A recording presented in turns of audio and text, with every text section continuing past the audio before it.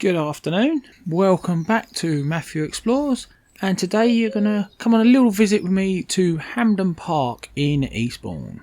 Right, so here we go, Hampden Park, Eastbourne. This is Eastbourne's first publicly owned park, and it's set in 38 hectares of land and located about 3 kilometres north of Eastbourne town centre. So as I say, it was Eastbourne's first publicly owned park, and it opened on the 12th of August 1902. Prior to the park, the land was owned by Lord Willingdon and was part of the Ratton estate, and it was sold to the Eastbourne Corporation in 1901, and the park gained its name from Lord Willingdon's grandfather, and that was Viscount Hampden. Prior to the park, the woodland and the pond was already there, and it was originally part of the Ratton estate, as I say, and it was used for raising of wildfowl for Lord Willingdon's estate.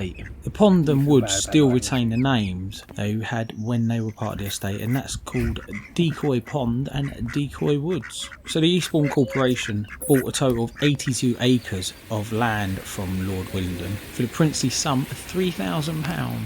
And it was sold to Eastbourne Corporation on the condition that a new road was built, and this road is known as King's Drive. So once the land was purchased, the park was created with an investment of £7,018, and although it opened in 1902 and was opened by the Eastbourne Corporation, it wasn't actually within the borough of Eastbourne. It was just outside the boundaries, and it wasn't included in Eastbourne borough boundaries until 1911, when the boundaries were extended. The pond was created by damming the Decoy stream, and in 2011 the pond was fully refurbished, and in the same year the park first qualified as a Queen Elizabeth II field. So as I say, the park consists of the woodland area and the pond area, and the pond actually drains into the Eastbourne levels through the town's drainage system. Also in the park, situated near the pond, is the sensory garden, and alongside the cafeteria is a arboretum and historical gardens that opened in 2008. So the park has a large biodiversity of wildlife, and it's known for having bats, reptiles, amphibians, and a variety of birds along with mammals. Unfortunately, it's also known to locals as having quite a large rat population, but it is being tackled by the local council, and it has seen improvements. So I remember visiting the park in the late 70s as a child. It doesn't seem to have changed too much, the park. It does feel a little bit more overgrown now, and also the railings around the edge, I don't believe they were there when I was a youngster. It does feel like around the areas of the pond it could do with cutting back a bit. It does feel a little bit overgrown in places. So the woodland in the park dates back from the early 1800s, and originally it was just oak woodland, but now it has a large variety of tree species.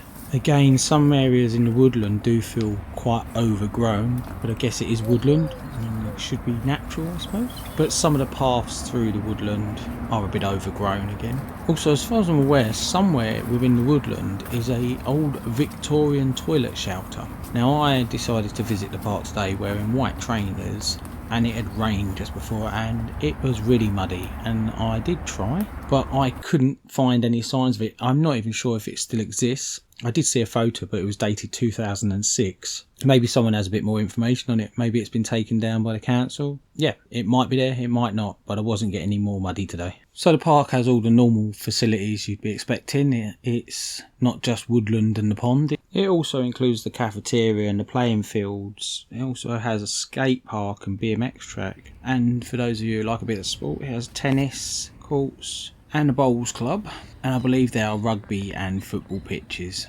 There's quite a large playground there, so it's a park that's well worth a visit. Lovely in the summer, the pond is lovely, and yeah, it's definitely worth having a visit there. So if you're in the area, maybe here's one for you to explore. Anyway, that's all from me for now. Thank you for joining me on another Matthew Explores video. Please don't forget to like and share, and if you want to stay up to date with my videos, they do come out a bit randomly, but if you want to stay up to date, click the subscribe button and let YouTube notify you when there's a new video out. Anyway, bye for now.